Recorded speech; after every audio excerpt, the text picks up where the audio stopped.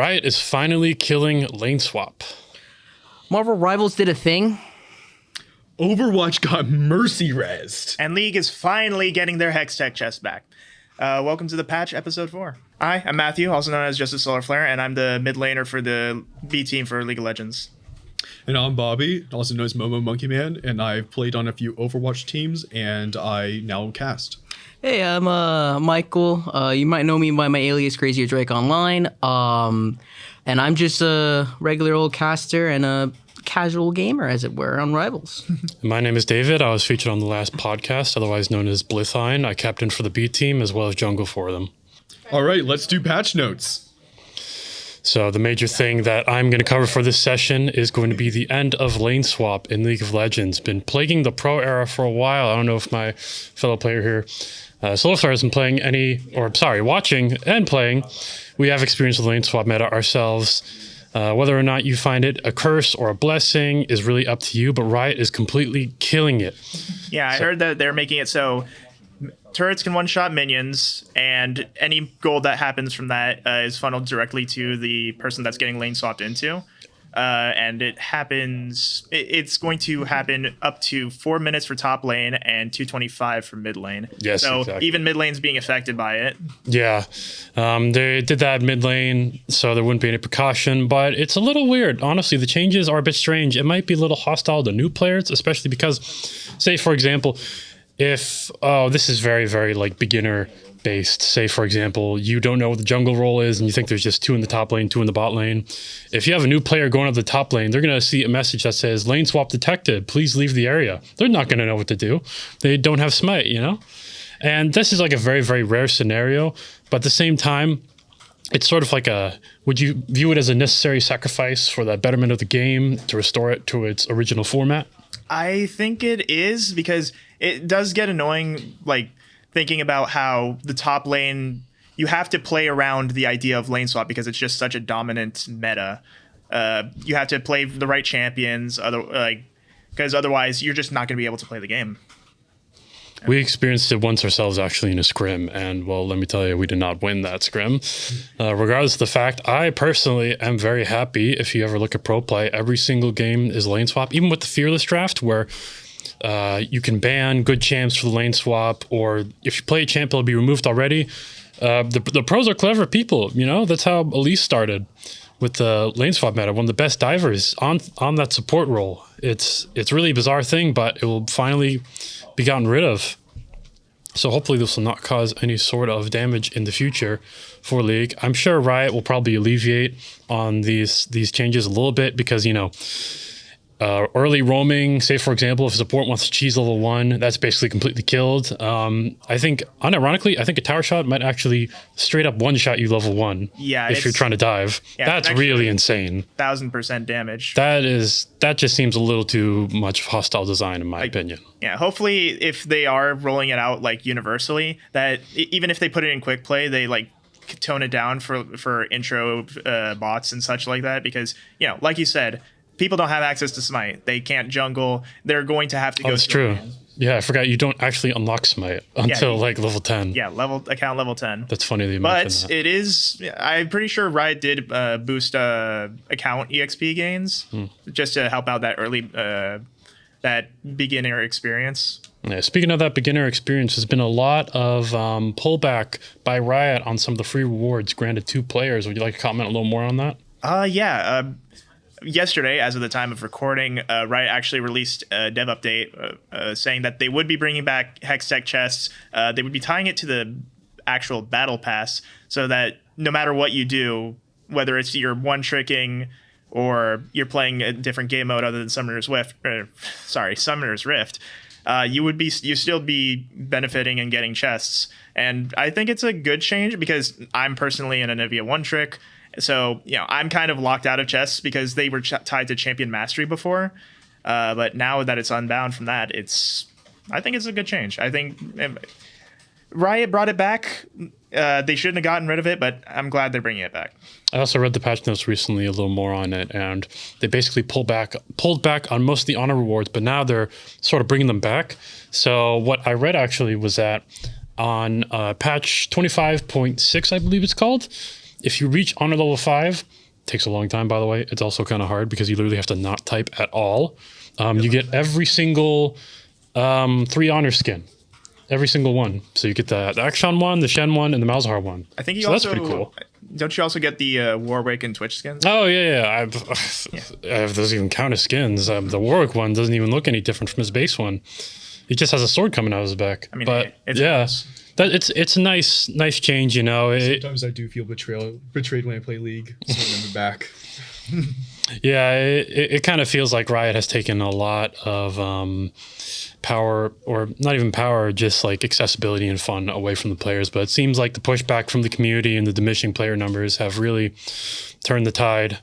So I'm glad. I mean, I think the honor change is a little bit much, but you know, who am I to complain at this point? Yeah, I mean, if we can get our Hextech chests back by constantly commenting all over Riot posts about it, I'm sure Valorant can get the replay system. They don't have a replay system yet? They do not have a replay system. Wow, that's crazy. At least as far as I know. I don't know if that changed since a while ago, but I'm pretty sure they're still getting spammed in their comment section. That's There's crazy. no replays. They're crazy still. Oh. No, as a competitive game, I think that's a bold move by Riot. Incredibly. Literally one of the most popular games in the world, and they're just taking thing after thing away from you. It's crazy. At the beginning of to put into perspective, you don't play League. Say, for example, the most expensive a champ you could buy is for 63,000 blue essence. And there would be little points in the battle pass where, you know, occasionally you would get 2,000 or 4,000. But at the end, when there's only recurring rewards, you get 25 flat blue essence. Well, used to. That is insane. The amount of League you'd have to play to unlock a single champ, absolutely bizarre. Fun fact about completely that, they actually mentioned that on the dev update that I was talking about earlier. They're going to half the blue essence cost of every champion now. Oh, that's good. That is going to make it so much more accessible. There is, what, 160 champs? 170 plus. 170. And you barely get enough for one. I mean, thank Thank God. man. I really feel like Thank a higher power. as a higher power. I do think that as an Overwatch player, it's kind of insane that you have to pay to play the game, honestly. What happens if the entire meta is based off of like paid characters? I mean, technically, every character is paid, but that does happen a lot. It's to diminish smurfing. So people, you know, I'm sure we all know what the term smurfing is, but in the scope of League, it's really just not conceivable because you have to put in, I think quite literally, you have to put in like 1,000 or 500 hours to get every character. I doubt it's 500 to be honest, Yeah, because every League game's like half hour. And even to like just get into ranked, you have to have a certain amount of champions, and you basically have to be grinding the game for like 2 straight weeks in order to get enough account EXP in order to have access to that. Yeah, that is well. The account XP for level 30 is around 3 days straight worth of playtime. So, you know. That's assuming you don't use like EXP boosts. Yeah, Marvel Rivals is level 10, and the games are a fourth the time. So, you know, pick your poison, really. Yeah, I think Marvel Rivals is really putting like a vice grip around the scene of, you know, in terms of character accessibility, because Marvel Rivals, you get everything off rip. Yep. But Overwatch, you have to unlock certain some of the characters that are the newer characters that came out with Overwatch 2, and League of Legends, you have to unlock basically everything, bar, you know, free champion rotation, which you can't even take into ranked. I just want to say, I think for Overwatch 2, all the characters are free from here on out. Oh. It's been like that for a while. I cannot say when it was. I think it was either when Venture release or some other hero. It was but a little bit before Venture release. I yeah, believe. Okay, but definitely, they definitely changed it. That also coincided with the fact that PvE got canceled as well too. So Yeah, that was like season 6, which is when I was playing, so I would not have heard about that. There are hero challenges, I believe, still where you have to do you have to complete certain quests to unlock characters from a main roster from original game, but you can also purchase a battle pass, I believe. But I believe we are missing something here. Are we? Oh, I think so too. I'm feeling a bit parched. not gonna Yeah, lie. I'm a little bit thirsty. Oh, yeah. What is? Well, we get coaxed up on refreshments. Oh man, Do we want was to move gonna to our ask- next I segment? just wanted to. man, We get a bit Oh. topped up, you know? Yeah. Yeah, I need a little bit of energy.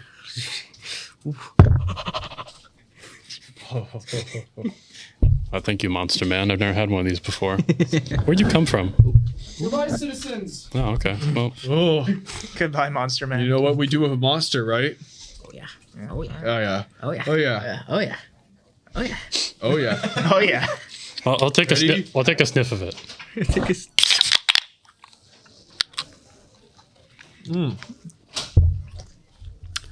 Smells very orangey. Yeah. Ooh, that's crispy. Actually, I really do love Crispy. citrus. Same. Actually, that's. Oh, this is really good. Actually, not gonna lie. Not gonna lie. Oh, it's 0 sugar as well, so you can have as many as you want with no side effects. Do be aware that there is a limit on amount of caffeine you should be drinking a day, so please drink Monster responsibly. Yeah. So the Holy. Hey. Oh, hi, Nim. Where'd you come from? here. This makes sense. So, who are you?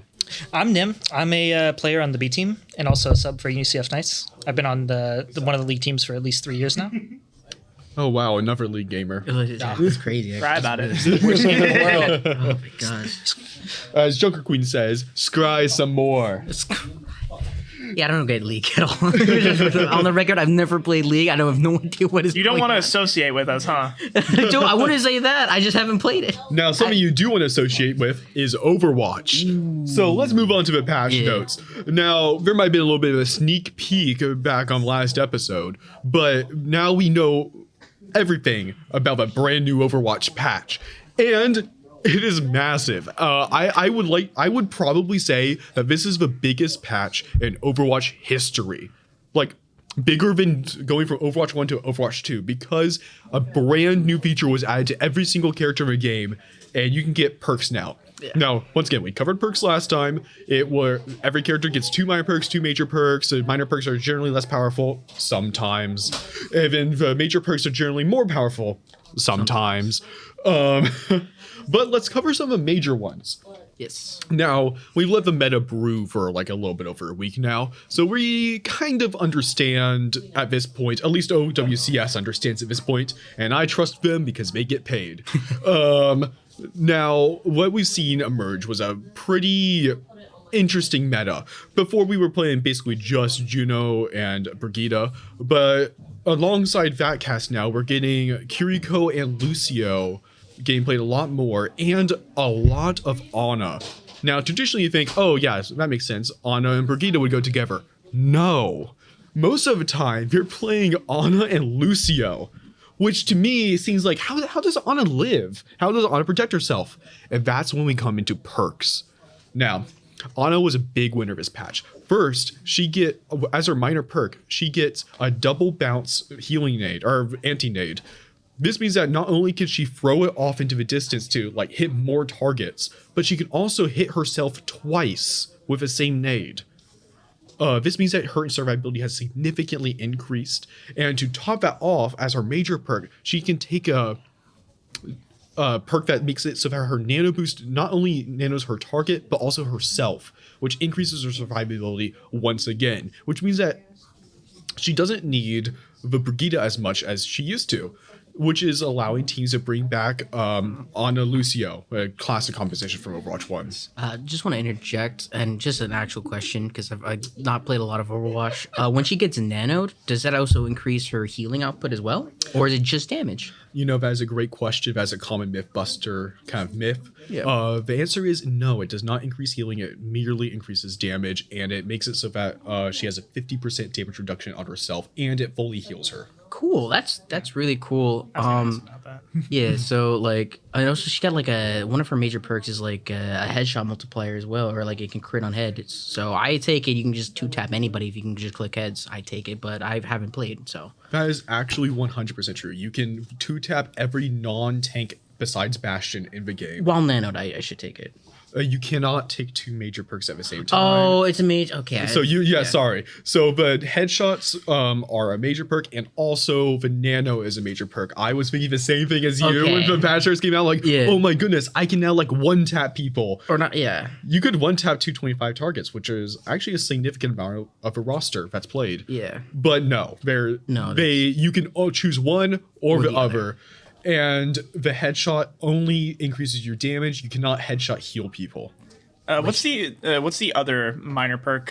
Was it on Sleep Dart? Yes. Groggy. Other minor perk is when someone wakes up from sleep dart, they have 2 seconds of slow. Right. Which is good. I think all of Anna's perks are good. It's just the more meta ones are Nade Bounce and Venano. Yes. So it's very, but you not to say that the other perks are bad. It's just situational, very situational. I would take it. She's still a big winner. Yeah, she's definitely the biggest winner there. Yeah. No, I have to agree. I will say there is one other character that won really well, and that was Kiriko. Yep. Kiriko got what is in my opinion the strongest buff a character's had in a very long time in Overwatch. Which Do you want to elaborate?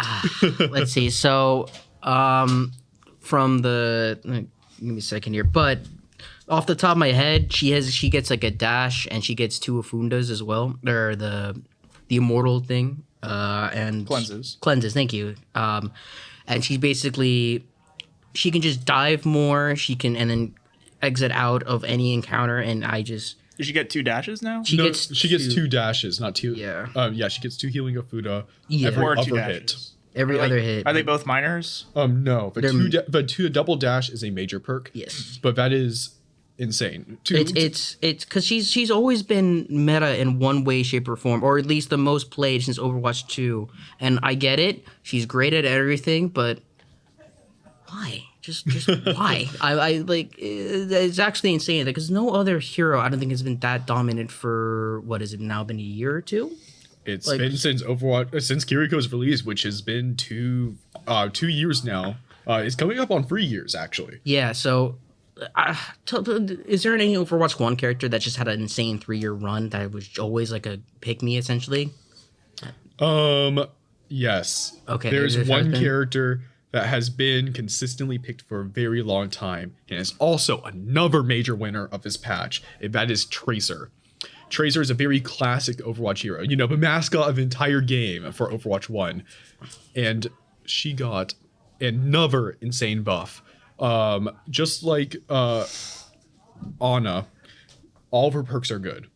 But the best perks that she has are her pulse bomb is now 50% larger in the explosion. That's her minor perk. Yes. And her major perk is on recall, she gets all 3 blinks back. So she has like 6 blinks total. Yes. 7 if you count the recall. 7 if you count the recall. Oh yeah. And that's That's insane. nuts. Good luck trying to shoot her. Good luck hitting her. Yeah. And just as you're thinking, she's still Tracer, she's still one-shotable. Yeah. The other major perk is on recall, she gets 50 over health.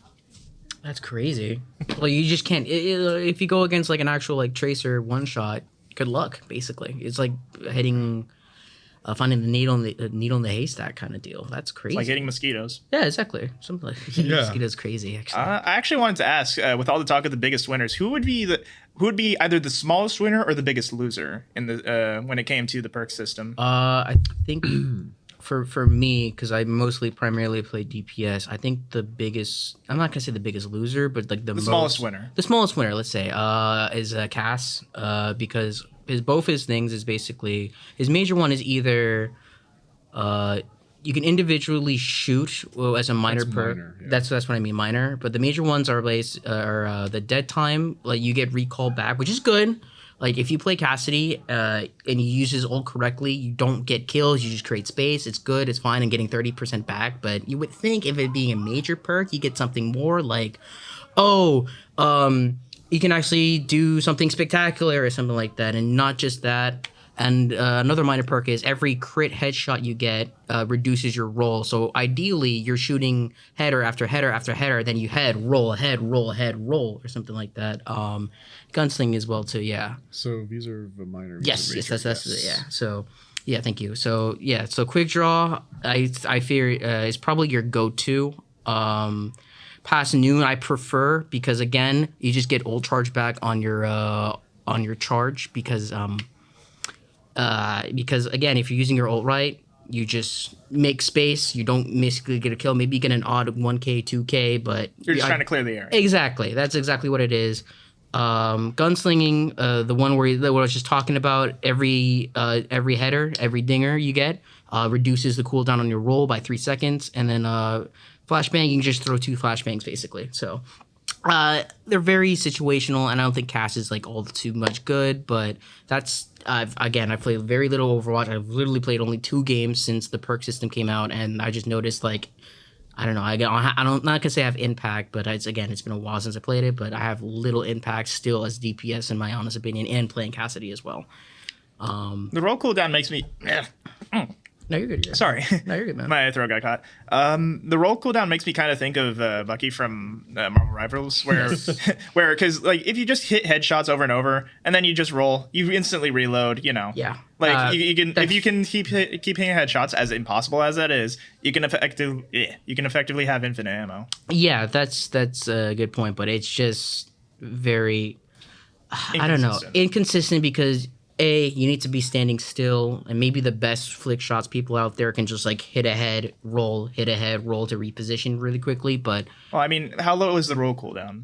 3 6 seconds. seconds. Yes. Oh, 6 seconds. So you literally You need to hit 2 headshots. Yes. or you need, exactly. So you need, So it's possible, but it's very clunky in that aspect.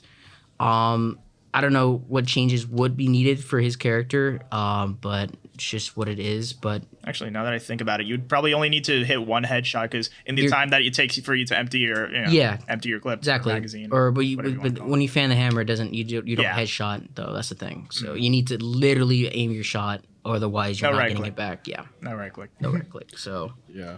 but that's it for me because again I'm primarily a DPS player. I haven't tried Ashe. I should have, but I didn't try it. But all her stuff is kind of cool.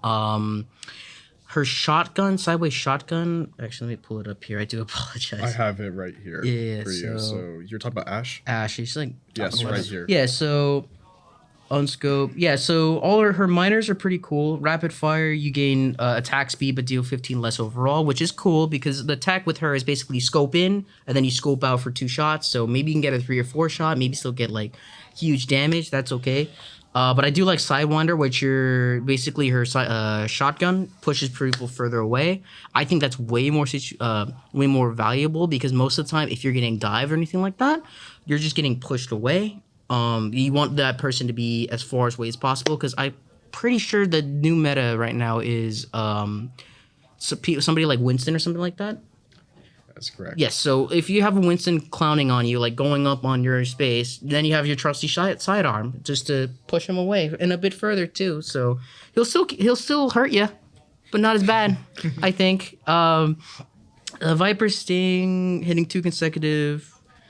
I don't know how I feel about that one because if you can aim your shot, if you can aim hitters or whatever, then every 2 shots you just get back. You get refunded those 2 shots back. Now, I don't think it makes sense, like mechanically wise. Like, oh, why does he magically get 2 bullets back? But gameplay wise, that can be cool. That can be cool. But the airburst one is really good, I think, because it just increases the detonation radius for your dynamite, and that's your bread and butter when you're playing somebody like Ashe, where your dynamite just creates space or can get like a nutty four burning dynamites, basically, and maybe can Cheeto people to death, essentially.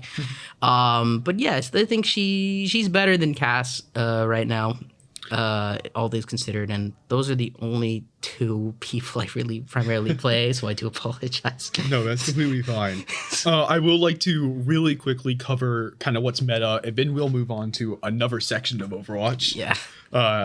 But let's real quick cover meta. So currently for tanks, we have Sigma. Sigma is always meta for Sigma maps, which are basically any longer range maps, because he's kind of the only tank that does a job of controlling range well. He has like a nice kill box that kind of like stays in front of him at all times. If you walk up too close to him, he throws a rock at you, then shoots you with 2 shots, and you're dead if you're squishy. Big rock diplomacy. Big rock diplomacy. Big rock diplomacy. I have bigger rock. I kill big people with big rock. Anyways, yeah. He has really good range control. He's always been meta on his maps, and it's always, I don't think that's ever going to change unless he becomes horrible. Hazard, unfortunately, is still meta. So we see him a lot of places, mostly like kind of mid/ closer range dive maps, because he doesn't have a very far leap, although one of his perks does make it farther. It's still not as far as a Winston or a Ball, which are also both meta. This is kind of a diverse patch for tanks where the map really decides your pick. You know, if you want to be playing on a traditionally more divey map, which has more cover and longer-ish ranges, then you'll be playing Ball, you'll be playing Winston, and both these two can kind of be interchanged. The last winners of the patch are the close-range tanks, which are Ramatra, which is good. We love Ramatra, man. I love being big boy and just punching down people, bro. It's so great. I love when he was launched. It was ecstatic. I wish I would have learned more about his lore, but it's okay. Okay. There's no Ramatra lore in Boss, you say. That's what I mean. That's. But yeah, so what was the other thing? Sorry for interjecting. The other one, no, that's perfectly fine. The other ones are, unfortunately, we don't like seeing it. It's Maga and Orisa. The actual cockroaches of tanks. I know. That isn't Roadhog. It's just crazy. Once again, they're both interchangeable, just like Ball and Winston, but they're the unfun versions of that. Interchangeable. They're used on traditionally very brawly maps, closer range engagements that you want to be fighting against each other. Yeah. For DPS, it's a lot shorter for a list of the tanks. It is like 4 DPS. It is Genji, still, surprisingly. Which is good. We love to see it. We love to see Genjis. He didn't really get many good buffs from the perks patch, but he's just been good recently. Yeah, which is a great run because I don't know if this is like a cold or hot take here, but I like it when heroes are hard to play and you get massive values for it. I like it. We love to see it. We love to see it. So. Genji's already at the peak. That's what I mean. He can't really go much higher. That's what I mean. It's all downhill from here. It's all downhill from here because the next patch is gonna be like, oh yeah, Genji has like a noodle sword or whatever, and it's like he just can't kill anybody, so that's whatever. But it's already like that to be clear. I know. Yeah, it should be clear. But more. I am a Genji main. Okay, that's good. Yes. That's good. We vibe. We vibe. I can't play him, but we vibe. I actually knew a friend. I actually knew a person that hit top 500 in what's it called in Overwatch 1 playing Genji. Yeah, that must have been like really early. Yeah, because he's been bad for so long. Yes. Like literally Overwatch 2 released, and he was like probably the best form he was in, and then they were like, okay, let's walk back 3,000 perks that made him good, and then he's just been a sitting duck ever since. Like he's probably a throw pick unless you OTP into him, but yeah, he's kind of like Yasuo in that kind of case. You only play him if you're a main, and if you're a main, you dominate. Yeah, exactly. I have like 400 hours on Genji. Jesus. Oh my gosh, but yeah, so Genji's definitely one of them. What are the other 3 DPS? I will say Tracer, as we discussed earlier, she got a big win from this patch. Yes. The next one is Ashe. We discussed her earlier. She's chosen when the next character is banned, which is Sojourn. Yes. Sojourn's the last, I'd say, big winner of this patch. What she got as her minor perk is she is able to overcharge her railgun to 150 charge when she uses her ultimate, which is bonkers. Insane. You can one-shot tracers. You can basically one-shot most characters with any form of a little bit of damage boost, just like old Sojourn. You basically just become a mobile Widowmaker. Yeah. Oh, you're talking about mobility? Yeah. Oh, man. Do you want to talk about the major perk for me? Yeah, I'll go for it. So one of her major perks is essentially she gets like 2 shifts, so she can slide and go either further or slide and go. I say further, but like and slide again while in in midair, or just she can just slide again. She can just slide again. That sounds so fun to go again. It literally doubles her mobility. God, which is insane for a character who's basically only countered by diving and then re-diving onto them. Or you can dive in. Oh wait, I can't take this engagement. Dive out. It's insane. What? It's another DPS way I despise going against or going. If you play them. More power to you. Respect to it. Respect to it, but it's like, the game, not the player. That's what I mean. Yes, That's what I mean. yeah. That's what I mean. That's what I mean. Yeah. But it's like, I'm like eyes roll, like, why is there so short? Oh, why did you one shot me? Oh no. But yeah, so far ranges. Yeah, it's insane, and not even Widow definitely. I think Widow does outrange her. Widow was not a winner of this patch, but Widow's always been a one-shot character. Yeah, and put her kit on wheels, and you get Sojourn, and it's just one thing to complain about, I suppose. And that's all the DPS in the now meta. just the supports. Yes, and you I think you mentioned it as well, where it was like Ana, Lucio, and well, we talked about Ana. We talked about Ana. We talked about Kiriko. Both of them are definitely meta. The other two ones are Brigitte and Lucio. Lucio did not really gain anything from this patch. I believe Brigitte did gain some power from her perks though. Yes, I think was it Ryan who got a shield bash or something. So she can now heal better with her packs. So Brigitte packs she can put on a character, and if they're critical health, they gain more healing from that. That's a really big deal. Yeah, it's just one of those things. Just one of those days. But the bigger thing is her minor perk, which is called Morale Boost. And what it is if she hits a whip shot, her Inspire lasts for 3 seconds longer, which means it's, I believe, a 7-second Inspire. And we love Inspire. And we love Inspire. We love Inspire. We love Inspire. But I believe that's just about all the meta picks. Yeah, and like comp, everything else I just can't think of off the top of my head. Like, oh, this is interesting to see. This is not interesting to see. This is kind of cheesy. This is actually kind of takes some skill to get value out of. But those are the big ones. Yeah, I'm kind of sad to hear my boy Zenyatta isn't so much of a big winner, but I think he's winning in some other regards. Wouldn't you say? Yeah. Yeah, I'd say he does win in one way, and that is when we're moving to our skin review. Yeah. Zenyatta, our big guy, he got a mythic skin. Thank God. Like I used to play Zenyatta back when I was playing Overwatch 1 as little as I could on my rinky-dink laptop.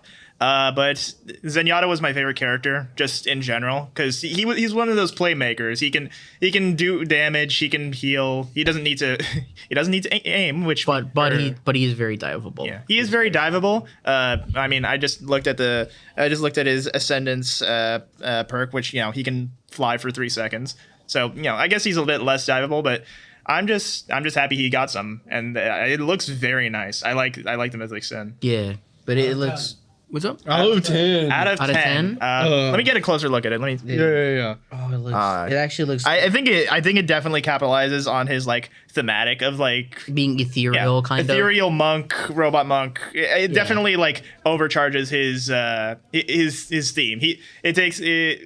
It's like how Ultimate Skin, like how Riot plans their Ultimate Skins. This is definitely like peak Zenyatta. This is Zenyatta turned up to 11, and I think that the skin, it definitely deserves to me a 10. It's a 10. You think it's a 10 skin? Granted, I haven't seen other mythic skins. The few that I have, I like those too. But like it's just great. Like I don't really have any complaints about it. Yeah. I personally think he's biased as a Zen player. Oh yeah, I'm 100% biased. I will hand on a Bible. I am biased. Mark my words. Zenyatta is my mark my words. The bias it comes from deep within. I love Zenyatta. He's great. Now I'm going to throw out my controversial opinion. I think that this is one of the low tier mythic skins that Overwatch has released. Damn. I personally don't like it that much. If you look at it, I think that there's very little customization to this one. I think there is a lot of customization. But problem is the difference between tiers is a lot. So as you level it up, you always want to use the highest tier,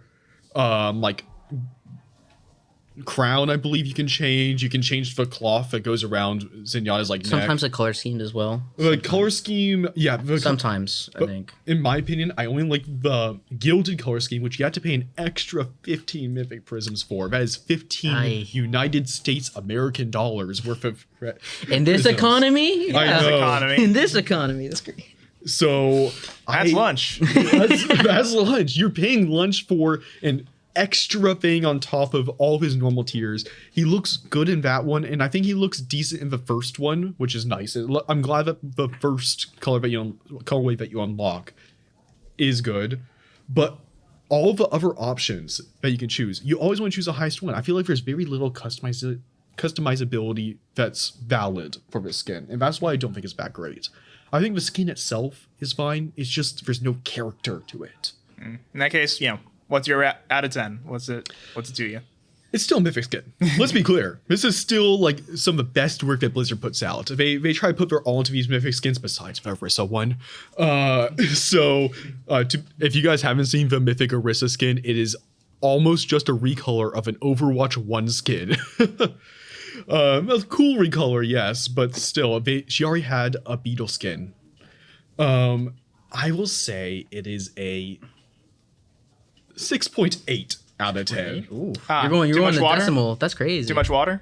Too much water is crazy. All right, I'm just gonna start. For me, for looking at this skin, I'm just gonna give the rating 20 out of 10. Here's the reason why. It makes me laugh because now I'm looking at it further. It kind of reminds me of like an extra of like Digital Circus. That's kind of where I'm at. Like it just looks funny to me. That's it. Like that's it. We're just going for the comedic factor. I'm just going for the comedian. You know me, I'm a comedian. I'm a comedian at heart. What about you, Nim? Outsider's perspective on this? Yeah, I don't really play Overwatch so much, so I have no clue about like how it looks in game and how other mythic skins compare. Thematically, though, I think I can rate this. I know very little about like Chinese traditional folklore, but Pishu is something from the Chinese folklore. Where from what I watched, I should watch a show called Mythical Beast, if you've heard of it, Fabulous Beast or something. One of the main characters is a Pishu in that show, and the whole premise of the character is it eats treasure, and it's a lucky beast sort of thing. If you touch it anywhere, you get the luck from it. I think thematically that kind of works with what Zenyatta is trying to do in terms of like bringing peace together with everybody, stuff like that. Okay. So I think for that it's probably a 7 or 8 out of 10 for me. I think the thematics work good on it, but it doesn't look bad. Doesn't look great.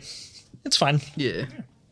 And that's the Zenyatta Mythic only for this battle pass. Now we're looking at the other people in the pass as well. Oh, to be clear, Mythics are no longer exclusive. This was a change a little bit ago, but Mythics can now be bought 2 seasons after they are released in the store with Mythic Prisms that you get from the battle pass, which is nice. It's pretty good. Yeah, like it's like kind of easing the FOMO. I apologize. No, go ahead. I was gonna say FOMO. Like I don't like FOMO myself. You can go ahead and take. I was the stage. literally about to say it, like what you were gonna say. I stole your thunder, and I apologize, dog.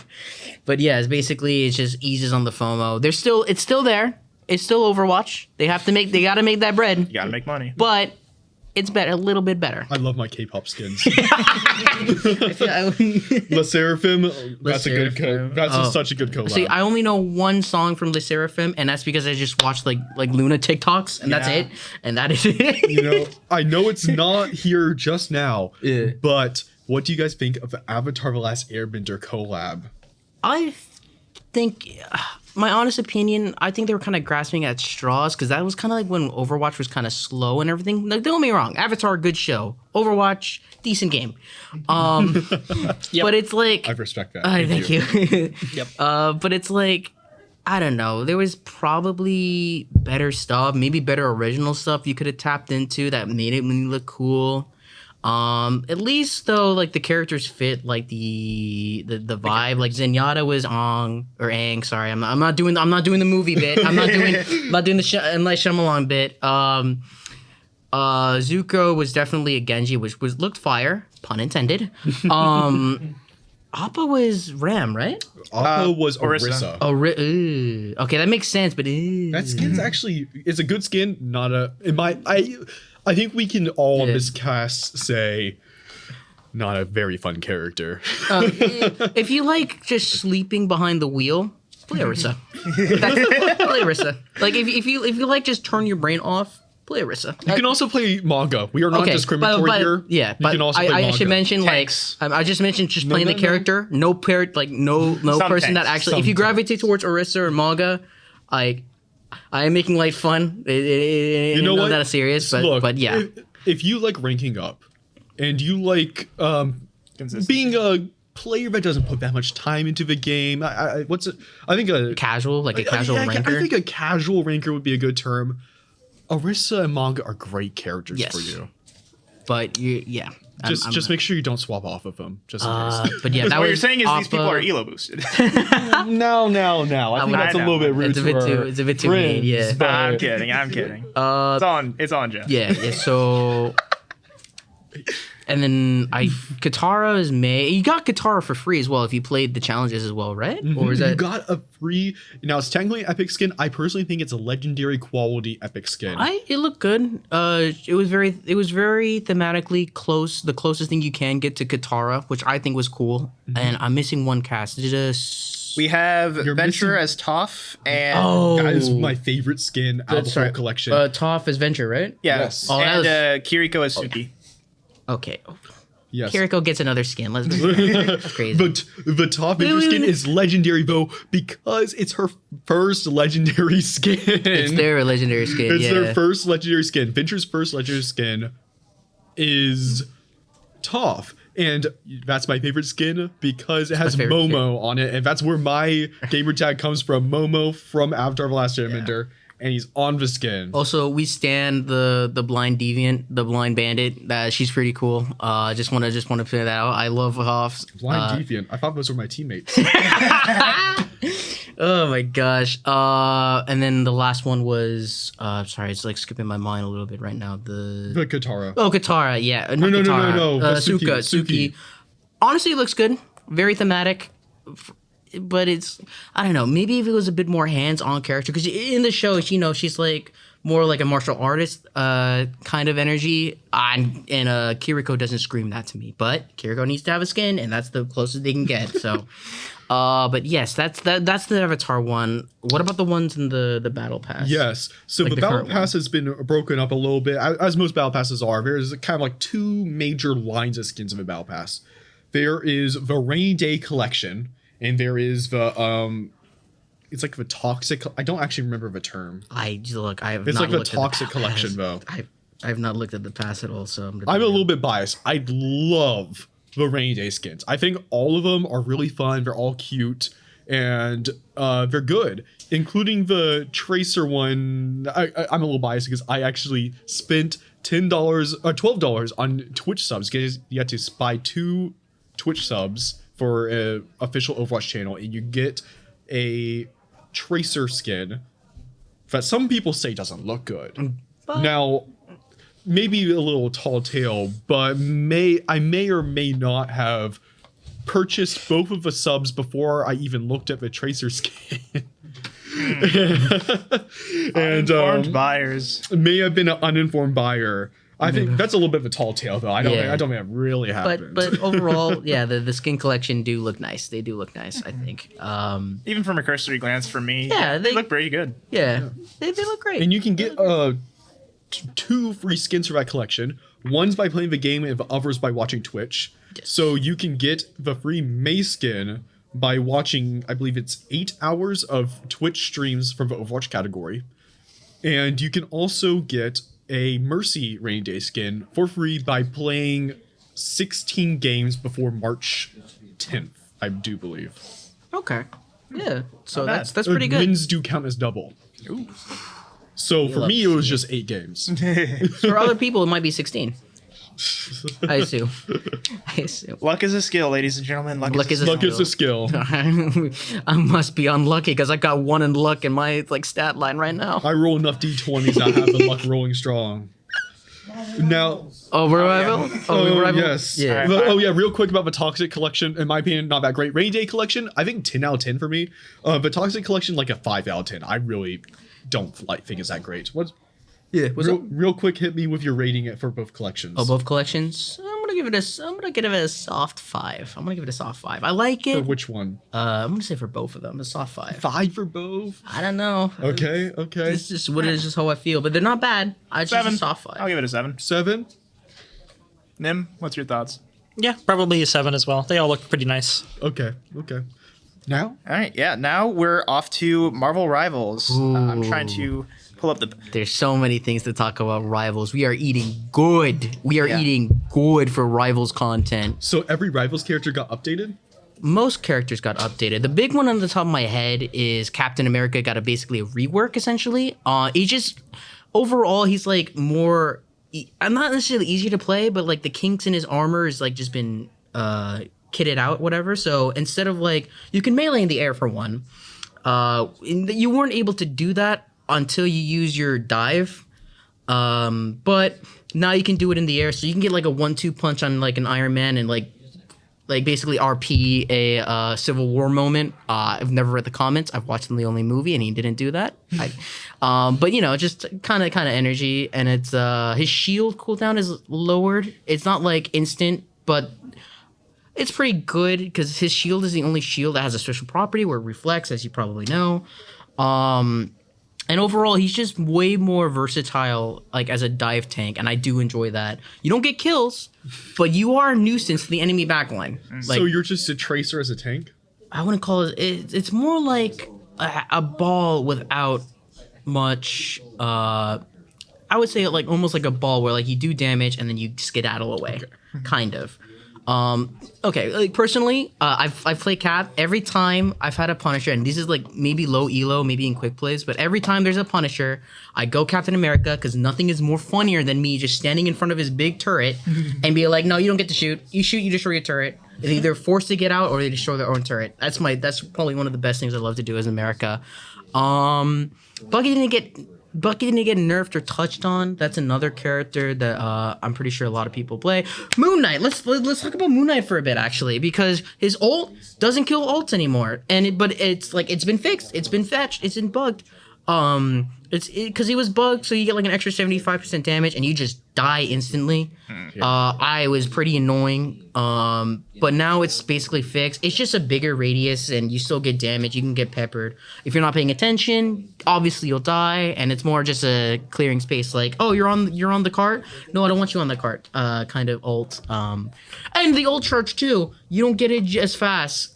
Which is another thing in this patch too that the Overwatch League did. They kind of killed triple support. It's still powerful. Don't get me wrong, but all the ult charges for a Loki, your Mantis, your Luna. Is there any other sustain that I'm missing? Didn't you Invisible Woman? Invisible Woman, thank you. Susan, your Susans, they don't get it like every 2-3 fights, so you're not hearing like a disappear, and lo and behold, disappear, and people are disappearing, whatever. Yeah. Or you're not getting a we're undefeatable, kind of energy.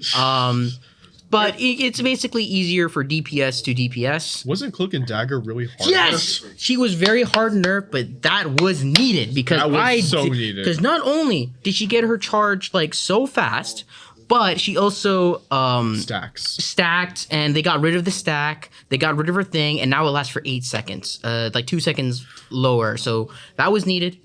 Her ult's still good, but that was really needed. Another big change, I think, we basically, other than the Captain America in the top of my head and the support, They cut some of Storm's power. they but she still played. Especially with the Johnny Storm. Speaking of which, Thing and Johnny came out, and it's been a week now. Thing, Ben Grimm himself, love it. I love everything about him. Let me get that out of the way. I love everything about him. His kid's cool. He feels like a boxer, so he's more brawly in that aspect, where people were kind of afraid he would play more like a Hulk. I'm glad to say he doesn't. He's like very Unique. very unique. Yeah, he's basically a big, strong guy, but big, strong guy with technique rather than just a straight up monster as whatever. But he doesn't play like Hulk. He's more brawl, as I said.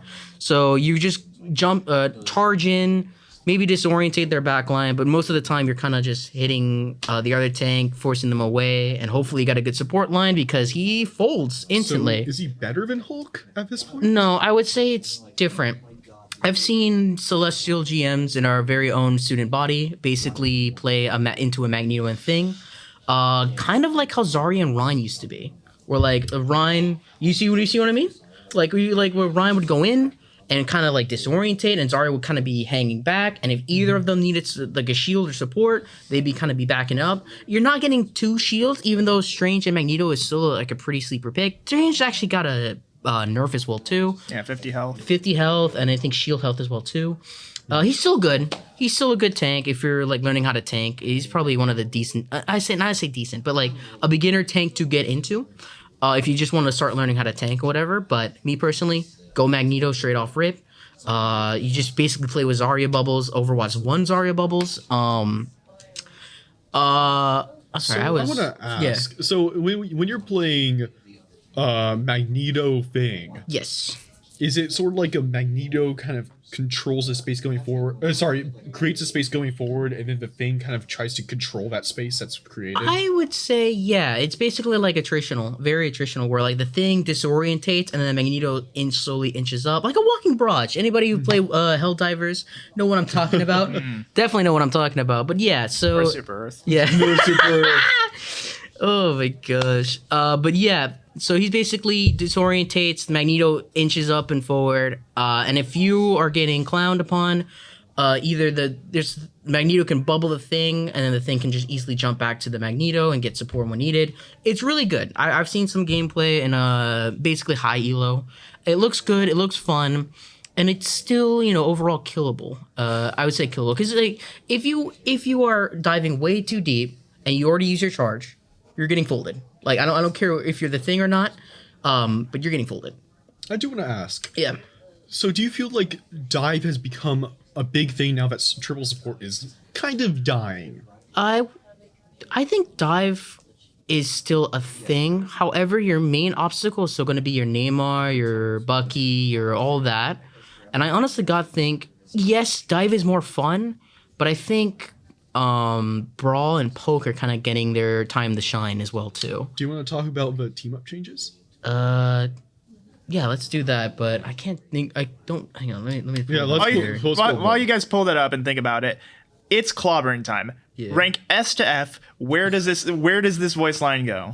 I love his voice. It's so like the guy from Yancey Street. It's definitely an S tier. Like it's so much so. If you saw like the Fantastic Four trailer or something like that, that voice does not fit the thing at all. And we haven't seen the performance. Let's be real. We haven't seen the performance. We can't really judge it. But what I'm already seeing, I'm eating with the thing. His voice is so good. It's just very New Yorker kind of vibe, and it just sounds like a mob boss. Like it's so good. I cannot say anything more than it just fits the character design so much. I mean, it's ironic, the mob boss voice that you just said coming from probably one of the more wholesome characters in Marvel. Yes. Oh my gosh. I actually got like on my For You page, YouTube or whatever, just like a short summary of like when Johnny Storm died, and like trying to save everybody or something like that. And I don't know. That's probably one of the things like shining moments as well. But yeah, that's something off topic there. So team up changes, right? So Nova 4 changes was that a big thing? Fantastic Four changes. Nova 4. Thor. Yes, Thor. I cannot forget. I cannot forget about my man Thor. So basically, they made him less clunky to play into. So before you had, if you went into your awakened state, so that takes your 3 Thor charges or your 3 hammer charges, you would be locked out of your ability for like 1.5 seconds. That's basically gone. So you can press your E, which is like your field, and then hit somebody, then go into your Thor and start slinging lightning and all over the place. It's so good.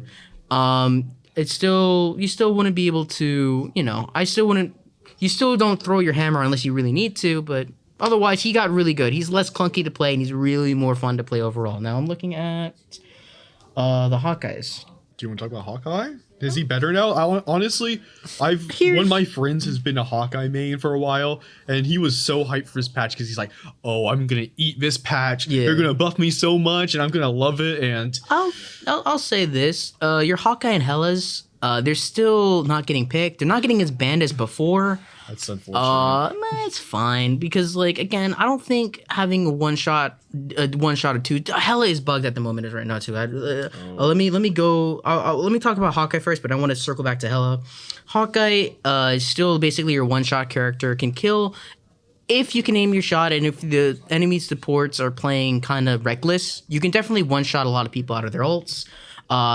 You're gonna do that in a live gameplay, probably not consistently, but Hawkeye is it's like basically a non-issue, in my honest opinion. But he is fun. Like your friend, if he's an OTP and he's getting, then he's still gonna eat. He's still gonna have fun. You're still gonna have fun, and you're still not like dead in the water. Yeah, essentially. I mean, my friend was also a GM Hanzo player. So yeah, no, exactly.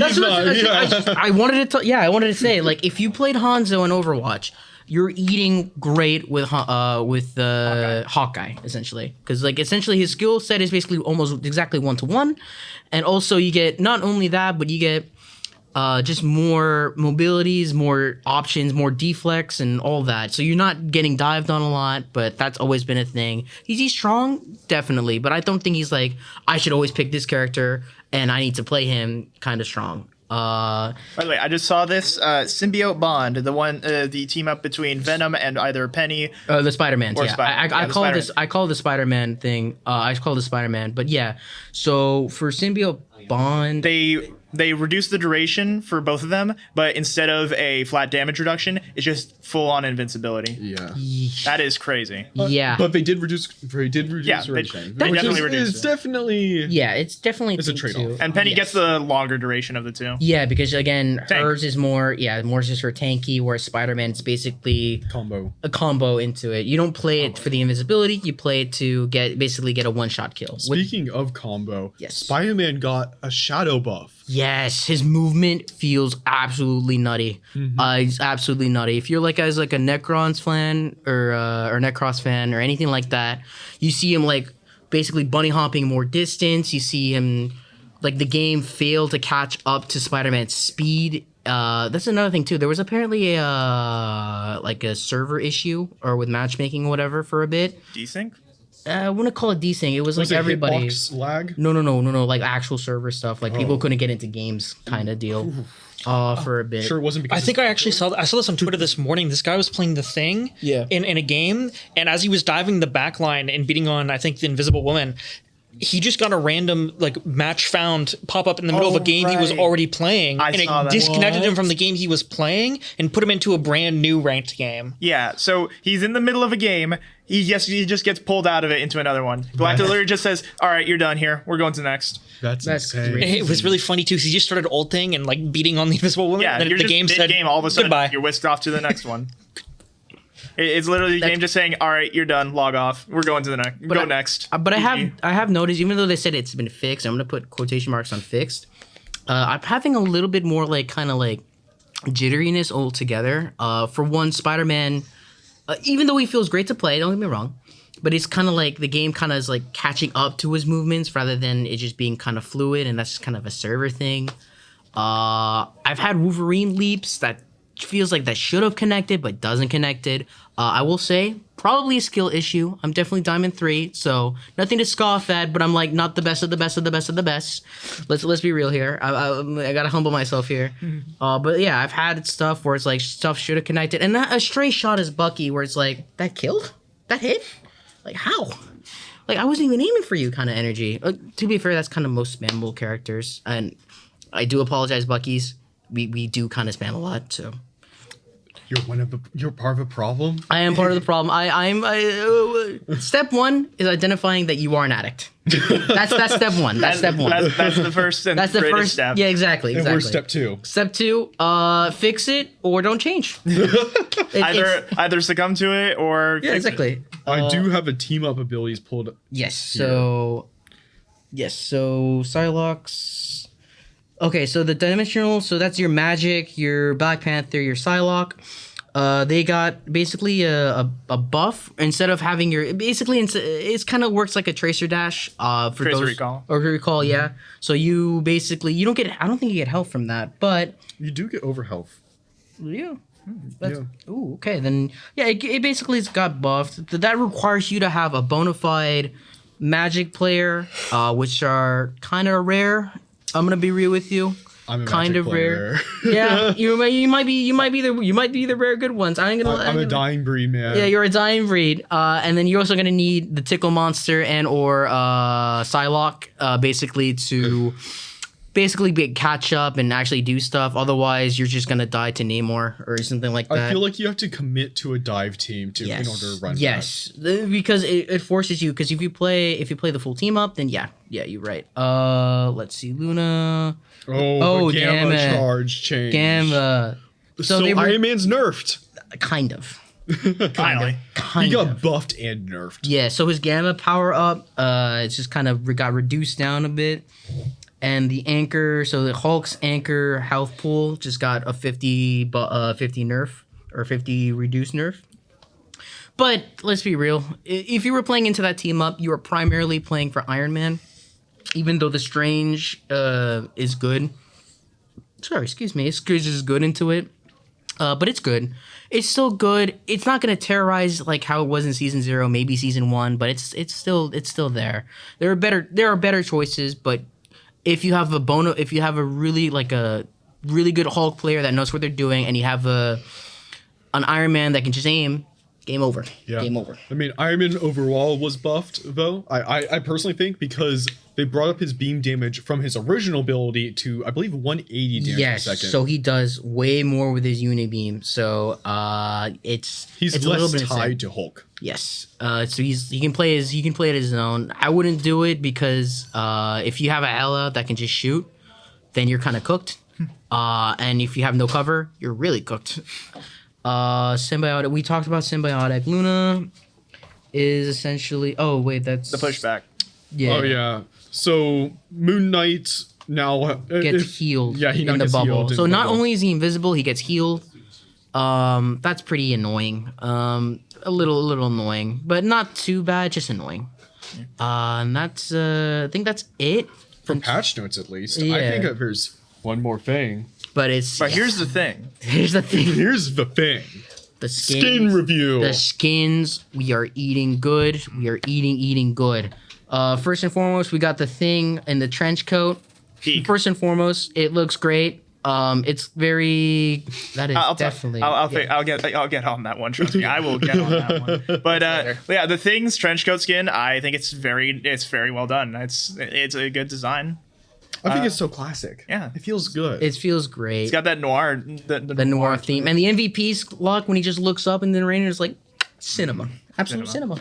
Absolute Yeah. cinema. I also wanted to mention, the 60th anniversary skins for Mr. Fantastic and yeah, that was Invisible. cute. Very That's cute. really Very cute. cute. For those who don't play or those who don't know or have not seen it yet, if you have a Richard Reed banner and a Sue Storm banner in the same team, you'll get flowers and like pretty music, and it's like, oh, they're a couple. Oh yeah, Namor is crying in his bed right now. Oh god, Dude, He is- Namor. Namor. Ay, Suffer. I have a lot of things to say about Namor. Not just his kit, his character as well. Yeah, I only have his one thing to actual say. character. Suffer.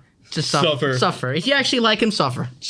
Well, Playfully, with if Riz. you don't know the lore, look it up yourself. Oh my gosh. I don't want- yeah. So And we've also got some other skins to cover. When it comes we have when it the comes hot- to League of Legends. So the Mass Justice skin line, my overall thoughts on it is it's pretty good. But Riot, come here. Let's talk for a second. Riot, why not change Senna's hair? Like, come on. Like they literally, they quite literally on the model, they took Senna's hair from the base model and it's still there in the Mass Justice skin. So it's a bit of a, I don't know. It's hard to say whether it's like intentional or not, but it's just odd to see like stuff being reused from base model in a skin that you're paying for, and it's not a good sign of quality. But besides that, there are some other skins in the skin line. I don't remember them off the top of my head, but I do enjoy the thematic in general. Mass Justice, kind of drawing forth images of Power Rangers. Sentais. Yeah, Sentai things. What was it? What's the? I don't remember. What, the other two characters? No, not the other two characters, but like the genre. I believe you're a little bit later right now. That was just a little bit of a technical error. That there's Yeah. Senna's on this side. Right. Oh, The thing. Yeah. Uh, We do We apologize. have two more rival skins and to we talk also. about. Oh my gosh! Behold, Punk Child. They look really good. I'm gonna be real with you. Yeah, Like the Punk I Child used- MVP. I'm buying used- that skin. I'm a Magic player. See, I'm getting that skin I'm instantaneously. broke, and I'm just looking at the window. Like it looks really good. It looks really good, man. The Hulk one as well too.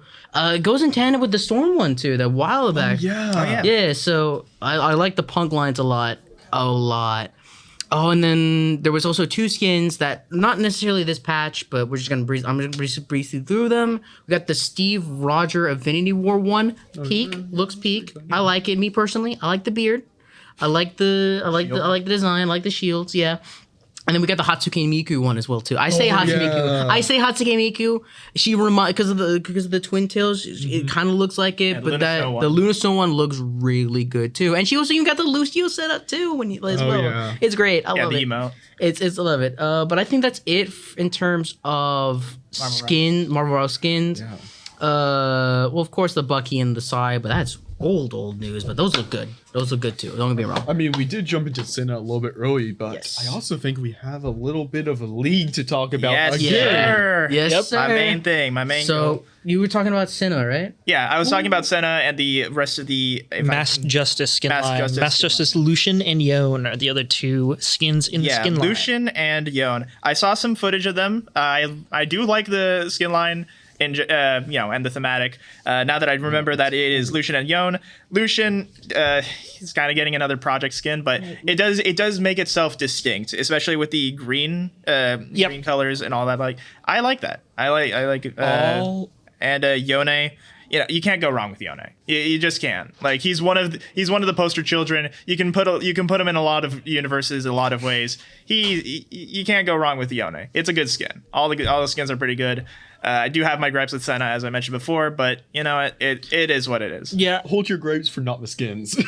Yeah, exactly. The skins are the least of our concerns now. Yeah. And because gotcha. Oh boy. We also have Quantum Galaxy Slayer Z. I like the changes on the claws. It makes the claws look like chainsaws. It is Galaxy Slayer Z a third time though, because we have Galaxy Slayer Z, then we have the Mythic Chroma, and now we have the gotcha skin. Yeah. It's Definitely not a skin I'm willing to pay $100 for. But some people will. Zed players, aesthetic is very important to them. Yeah, it would be They're a different breed. It would be 125 because the pity on this skin I believe is 40 rather than the skins with 80. Speaking of, they are actually holding off on Sanu's alt Mordekaiser for a little bit longer just to polish him up. They mentioned in the dev talk that I mentioned earlier. They're also rolling back on as many that they are going to release. Originally, at the start of the year, they said they were going to release one every couple of weeks in each act. Mm-hmm. They've now said that sometimes they may not, for quality control purposes, they're going to pull back on that, and there may not be one for multiple weeks in the act. I think Riot made a very good decision prioritizing the players over profit. Yep. It's definitely it's a step back in the right direction, in my opinion. Definitely. Yeah. But besides the skins, we can now finally head on to the actual patch notes. First off, pretty standout. Ashe, she's a very strong champion. Ashe Overwatch? You wish. Ashe League of Legends. Ashe League of Legends. She's getting damage just all across her kit. You can't go wrong with that. She's probably going to be a bit stronger and competitive because Ashe Braum is a very common pick. She's definitely probably one of the biggest winners in this patch, getting like 10% bonus AD ratios on all of her abilities, and even her ult. Now the splash damage does 100% of the original damage. Used to just be 50. So now anybody who's in the area of effect of her ult is taking the full amount of damage. Nice. Definitely one of the biggest winners of this patch. Yeah. Afterwards, we've got Diana. Passive damage to monsters decrease, Q and W damage increase. So her clear speed is going to be a bit slower, but to compensate for that, her actual damage is going to be a bit better when it comes to going mid lane or her actual invades, roams, and the like. Do you really think that's a buff though? It's a trade-off. It's a trade-off, and I'm not a jungler player myself, so I wouldn't know like Diana's normal clear speed. But it as a laner, it's nice not to get ganked early. Getting yanked early is never a fun thing. Would you see it as like compensating for something, like a compensating buff, nerf?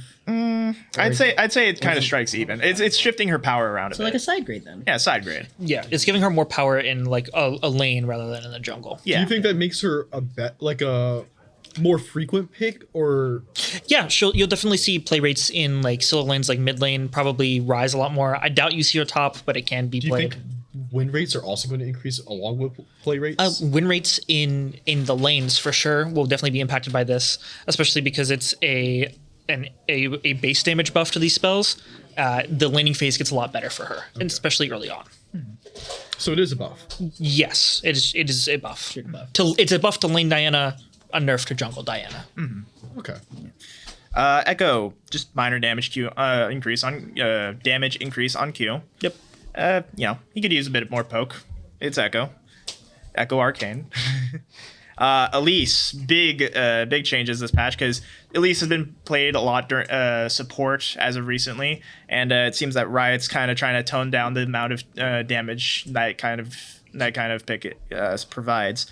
Nerfing her W in spider forms damage as in terms of base and scaling, lowering the cooldown on her. Oh, sorry. The W on her human form is what's taking the damage hit. W on her spider form is getting a cooldown decrease. Decrease cooldown, increase bonus attack speed, and her ult, which turns her into a spider form. Her spiderlings get a little bit more damage. So it seems like they're trying to shift away, some of that base. They're trying to give more power back to jungle. At least it seems like, especially with that damage, that attack speed increase. Definitely buffs her clear a bit, and as well as the spiderlings. Her spider just locking onto you it never feels good just taking damage for free, especially when you can't really contest it. So it's a good thing, I feel. Yeah, though I don't really think this kind of addresses the problems that support at least brings to the game. I don't think it's gonna affect her play rate much. I think they're probably gonna be the same. You're just losing out of a little bit damage. Yeah, you're losing out on damage. You still keep the same what's it called? The utility. Yeah, the stun that you have early game, and even her main damaging spell, her Q didn't get touched at all. So you're still gonna have most of your burst damage on this character. I don't expect anything to change for this. Yeah. So not really going to be put in a juggler slot. I mean, she's good in jungle. It's just right now people have been playing her support more, just because it's like not a cheese pick, but it's a pick that's really good if you get ahead early. So what people tend to do is they sit in the bush and her E at level 1 is like a 1.5 to 2 second stun, and they'll just throw it out of the bush. And if you hit the ADC or support level 1 with that, you most likely can kill with Elise, because she also has her ult at level 1, which changes her form, which means she has 2 abilities at level 1. Dang. Yeah. After that, we have Gangplank getting an AD growth increase, scaling into late game. Very good for Gangplank. Hui's taking they're taking quite a bit of damage out of his kits. Passive taking nerf to the AP scaling. QW's his lightning bolt is going to take a base damage hit, so it's a bit less useful in lane. And his WE is taking a hit both to base damage and to AP scaling. So you're not using WE for mana reduction, you're using your WE to get mana back, not so much to deal damage, but the fact that it's a part of your combo. So the fact that they're nerfing WE's damage as well as the passive, the explosion that happens after you hit them twice with abilities. Yep. That is definitely a mark on Hui's. That's definitely a mark on his artistry. Yep, it's definitely going to affect his early laning phase a lot, which was the point of the nerfs. It's not going to ruin it at all. He's, in fact, still going to be really strong. It's just going to bring him back more in line with the other mid lane characters that are currently in meta. Jace, W attack speed increase, minor change. They increase the attack speed cap, and they're just bringing it up to the attack speed cap. Callista, W damage decreased early. Yeah, target max health damage getting decreased in the early game, but coming back normally in the late stages once it's maxed out. I think I agree with Riot in terms of these changes. What's your thoughts, since you see her a lot more bot lane? I think honestly it's fine. Callista's not really played a lot in solo queue. It's mainly probably a pro play thing in general. It doesn't really have a lot of effect that I've seen in solo queue. It's like she's just not picked that much. This is just to stop her from being like, she's 100% ban rate right now in all the current tournaments. So this is hopefully to bring her off of the permanent ban list, and maybe we can see her in some games. So how many bans do teams get? Each team gets 5 bans. Yeah, it's split up into a phase of 3 bans. Then they both teams get 3 bans. Then they pick 3 champions. Then they ban 2 champions each, and then they pick 2 champions each. Yes. And so she's the first phase. She's the first ban almost always on one of the teams. Is there double ban? Like, does that occasionally happen? Because I know in Overwatch there's like a occasionally double. So the way that the ban system works is one team bans, then the next team bans, and it switches back and forth. Is that a tournament format, or is it a everything format. That's tournament format. In Okay. solo queue, Everyone there just can picks be a double bans. Yeah, Okay. everyone just picks a champion that they Yeah. don't want to see, 'Cause that's- and then there it goes. Yeah, because that's the exact same system in Marvel Rivals. Like talking about that a little bit, where it's like you can, if you just play regular ranked, you'll can occasionally get double bans. But if it's tournament, one team bans, then the next team bans, then that same team protects somebody, and then go on and et cetera, et cetera. That's what I wanted to bring up. Actually, do you have any sort of protection in the league or anything like that? Protection as in what? Like, okay, so in Rivals, your team captain chooses a ban, and then the opponent side chooses a ban, but then they protect one ban. But each team gets 2 bans. Oh, so by protecting you mean you Like choose they- a character they can't ban? Yes. I can, yeah, No. yeah. There Yeah, is There's nothing like there's that. nothing like We do that. not get any protects in league. But there's also like what 170. Yeah, there's What's the 107. There's over 170 characters. Yeah. So it's someone similar usually. Yes, and even now in the tournament format, they've made it even more complex. So hopefully we can start seeing Callista again in pro play, because we've moved from our old format where you could play anything multiple times per game to the Fearless format, which is now whenever you play a game with that character in like a set of 3 or a set of 5 game. Once a team has selected that character cannot be picked for the next 5 games, regardless of bans. Yeah, so once you see a champion once, you're not going to see it again for the rest of that set. Yes. Okay. And So how long are the major sets? Like top of tournament? Hours. so how? Well, I No, mean, no, each like, sorry. like number. 5 games. 5 games. Yeah, best Five of games. 5. Okay, so you're just never picked again. Yeah, so in those 5 games, like if you pick a character in game 1, you can't pick that character for game 2, 3, 4, or 5. Okay, so they're just never played again. Yes, you only get to see one character per game. Is it more of a balancing thing, or it's more like a It's just to stop the meta from being boring to watch. Got it. Because a lot of what happened in the previous seasons was there were 3 mid lane characters that were really good, or 2 ADCs that were really good, and what would happen is you would ban things to protect those ADCs, and then a handshake who gets what. You say, I want Callista, or I want Xayah, or I want Corki, and I'll take Exir. And that was always the matchup mid lane. no? But Sorry, I apologize. Was that more like an informal thing between teams, like when they were pouring on, or was it more like a or like a literally set in stone kind of thing, where it's like, okay, you have him, we take her kind of deal? yeah, because it wasn't like this is what has to happen. It was just that gentleman's was the agreement. strongest. Those were the strongest 2 characters. So if you don't pick that, you're at a disadvantage. Got it. Okay. But it's mostly just how it shakes out. Like if the top ones get banned, then you go to the next one, and then the next one. If they pick that one, then you pick the next best thing or the counter to it. Because I kind of like how that system is. Just like, again, I've never played League, but it incentivizes more viewership, as you probably as you said, and also like just more variety as well too. Yeah. And also like, this person can go into here and he plays the exact same thing. It works out perfect, and you see more, and you see what skills can transfer or whatever. This is me just talking. Yeah. Again, I do because I again never touched League at all.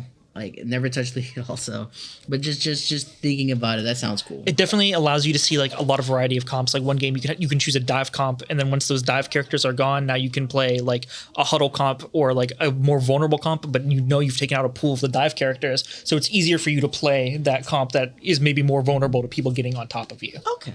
So that also adds for strategy in that regard too. Also, a comment on Fearless Draft. I don't know if this is a collegiate thing specifically, but as the set goes on, you get less and less bans. Up until like if you hit game 5, there are no bans at all. You can just pick it, as long as you haven't picked them before. You can pick them like off rip. Okay. Yeah. So that if you can make it to round 5, 1 tricks, that's your time to shine. Speaking of time to shine, it seems that Kog'Maw and Lulu are getting a bit of a touchdown when it comes to their kits, basically. Kog'Maw just taking a bit of damage off his Q, but increasing the ratio. So, less damage early, more damage later. And Lulu, Lulu's another big loser of this patch. yeah, her W bonus attack speed decreases. And the cooldown of that is increased, so less playmaking potential with her W, which you can either polymorph a character or you can speed up an ally and give them bonus attack speed. And her ease, damage, and shield strength are both decreased. So the utility on that, they're basically nerfing a lot of Lulu's utility, which, on an Enchantress, that's basically their whole thing. So and it's definitely funny to see both Lulu and Kog'Maw get nerfed since in the same patch, since they're both seen very commonly together. They're like the bot lane support duo. Like that's one of the things that you see. Mel, a lot of changes. Absolutely the biggest loser of this patch by far. Even though this is labeled as a system adjustment, this is a very big nerf to her specifically. Yeah, I would know because I play her mid lane. Q, cast range decrease, definitely needed because 1,000 units of range basically outranges most, if not the whole cast, or at least puts her toe to toe with some artillery champions like Xerath. Sorry, I want to ask, what do you mean by system adjustment? So usually when League of Legends labels something as a system adjustment, they are changing the way that it functions in some way, shape, or form, and that they don't label it as a nerf or a buff. They say adjustment. Okay, so it's kind of like the idea of like mixed, like yes, like they're buffing. Yeah, like they're changing how things work, and it's either a buff or it's a nerf. But it's fundamentally changing something, not a number value. Yeah, it's not a number value. Yes. So like for example, the cast range and the projectile speed of the ability he just mentioned both got reduced. So it moves slower. But that just feels like a normal nerf, doesn't it? That does, and then the next abilities also got changed. Yeah. Okay. Yeah, her W is kind of an outright nerf. Duration of the reflect decreases, mana cost early increases, and reflected damage later decreases. So in order to get the same value, you still need to build a bit more AP, and you got to be a bit more. You got to be a bit smarter with how you use your W, since that time to keep yourself safe is a bit short. Okay, sorry about that. Her E, root duration decreased early, and direct hit damage. I think. Okay, they give her a bit of damage back on her E, increasing the base and AP scalings. Root durations decreased. Yeah, the root durations decreased. Did you say that? I don't remember. I hope I said that. I think you said that. Yeah. So, a bit less safety when it comes to ganks early, but, in exchange, she gets a bit of damage off.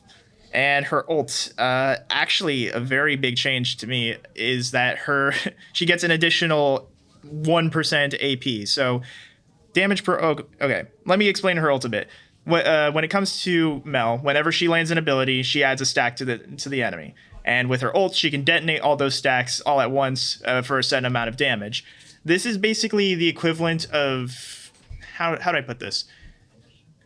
When it comes to... it's basically a math thing. If you add 1 to 1, that's 2. That's basically doubling the damage. That's basically double, right? But if you add 1 to 100, that's, plus 1%. This is basically the first situation where you're adding a flat amount to a very small amount, which when it stacks up over and over again, it leads to a very large amount, which, wouldn't be reflected if it was like percentage.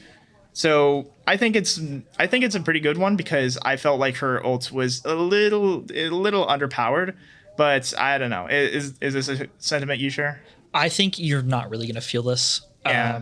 Especially because they nerfed all her other abilities. It's going to be harder to get. Like, yes, they buffed the stacks. It's going to be harder to get more stacks than it was before. I think overall, this nerf doesn't gut the character completely, but takes her from where she was in the middle, where she was kind of good. I think this is also a hot take, by the way. I think people overestimate how good Mel actually was, and they were mainly just upset about the fact that her W is the new spell in the game that reflects any projectile throw back at you. So people just didn't like having to play around that, in my opinion, and they overvalued how much damage she was doing and how useful she actually was. In my opinion, she didn't do that much damage and even fell off very quickly towards the late game. With these changes, I think the spots where she was picked before are not going to be as many as they were. I think now she's really just a niche pick against ultimates that you really want to reflect. I think a lot of the damage that she lost is going to be felt in the range that she lost, even though while it was excessive and probably did need to be nerfed, I think without it now she's going to be a lot worse than what she was. Yeah. In any case, with that, I think I'm going to just spitball the rest of these all the way down to the last one, which I want to focus on. Nautilus, Q damage increase. Yeah, that's just generally good for laning. Yeah, you deal more damage to the ADC dies faster. Very good. Scion, base armor and health regeneration increase. Tanky, big tank stats go burr. Just bigger tank stats, bigger tank. Yeah, always nice. Teemo, E damage to monsters increase. For those, a special treat to those who would like to take Teemo in the jungle. Warwick, Q mana cross increase, definitely necessary because Warwick top players are horrible people. Hey, we don't comment on character. We comment on characters. Okay. I mean, listen. I don't know. It's just that Warwick is a very oppressive character to play against when he can just out heal you. Like you run out of resources, but Warwick just keeps coming back. Like it's the wall you keep hitting your head against, and as you just keep running out of resources, then Warwick just creeps up on you and kills you. Overwatch players understand. Yeah. And lastly, Yasuo, his passive critical damage reduction removed.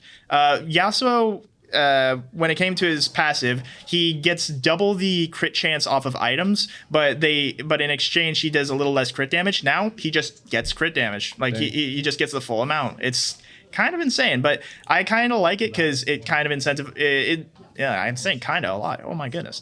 I like it because Yasuo, I don't like his other builds. I expect him to build crit more often than not, but now it is incentivizing him to go crit a bit more, and I'm more used to fighting that style. I'm not so big a fan of the what's it called, the Blade of the Ruined King Stridebreaker build that he tends to go, because it's just way too hard to kill him when he does that. Then next thing we have is item adjustments. Yes. But in reality, they're all just nerfs, except for one. Tanks are the biggest losers of this patch in terms of items. Every popular tank item has been nerfed in some way, shape, or form. Abyssal Mask is losing 5 magic resistance. Fimble Winter is losing the base value of the shield. Is now just 100 plus 4.5% of current mana instead of 100 to 180 scaling. Heartsteel is losing max health gain when you take a stack from somebody. It used to be 10% of the damage you dealt. Now it's 8% of the damage. Oh, forgot this one. Infinity Edge, an ADC item, is getting reduced in price. Should be easier for you to build now. Get a little bit sooner by 150 gold. Merc Treads are the only item that also got the buff for tanks. Cost 50 less gold. One less potion. Yeah. Steel Caps lost 2% damage resistance, so another big nerf for those items. I swear to God, it's the most broken item in the game. If it showed you how much damage it blocked, it would be fucking insane. Symbiotic Souls got an increase to movement speed. Unending Despair also lost its base damage and is now just 3% of your bonus health. Mm-hmm. And that's it for items. Again, tank items across the board just kind of lost all their base damage and a little bit of stats. So really gonna feel that. But those are just primarily nerfs. Nothing got reworked in that mix. Nope. Anything like that. Nope. Just nerfs. They just lost damage. Bunch of stats. And then when it comes to actual system changes, when it comes to system changes, basically refers to the Rift itself rather than any given champion. Otacon, the most recent epic monster, or is it epic or? It's an epic. Yeah, epic monster to be added to the Rift. They're making it so they're just changing his numbers around so that you see some Otacon, some versions of him more often than not, and kind of trying to balance that out between pro play and solo queue matches. When it comes to, because what determines what kind of Otacon spawns is how much fighting happens around the map. So they're kind of tuning the numbers to see which one spawns a bit better. Trying to even that out. And each one obviously gets different buffs and changes. Mm-hmm. Yep. And most importantly, they're also making it so. Sorry, let me read this one. I'm just going to read this straight off. Functionally, so diminishing kill score. The first few kills are more significant than subsequent ones. The first few kills per game grant significantly more points, leading to the more vicious version of Otacon. Diminishing with each subsequent kill. Tower dives in particular are extremely high tension moments, and therefore tower dive kills grant multiplicatively more points. And because of the changes, they're changing the point thresholds. So basically, it's kind of more important kills contribute more to the, I believe it's Voracious Otacon, or yes, yeah, So Voracious Oddcon spawn happens when cooler kills happen, basically. Yes. So yeah, that is the main system change, and I believe that's most of the patch notes. Aside from one change to Clash, we're getting our old Clash schedule back of once a month. Yep. Because they originally turned it back to dialed it back to one every 2 months. Now we're getting it back to one every month. Clash being it's basically the Marvel Rivals equivalent of the Marvel Rivals Championship tournament that you see in Clash. Yeah, Oh, it's okay. kind of like a weekly. It's kind of like a weekly. Yeah. Kinda. This month's Clash tournament will be AR Earth. Yep, all random, ultra rapid fire. You just get to spam abilities without any regard.